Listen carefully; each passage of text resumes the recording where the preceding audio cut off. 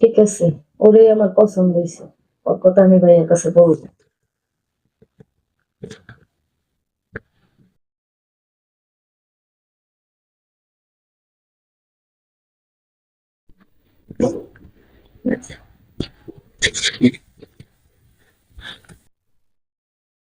ঠিক আছে স্যার, তাহলে আসি। ঠিক আছে, তুমি যাও, 5টার পরে আসতেছো। আচ্ছা স্যার, তাহলে আসি।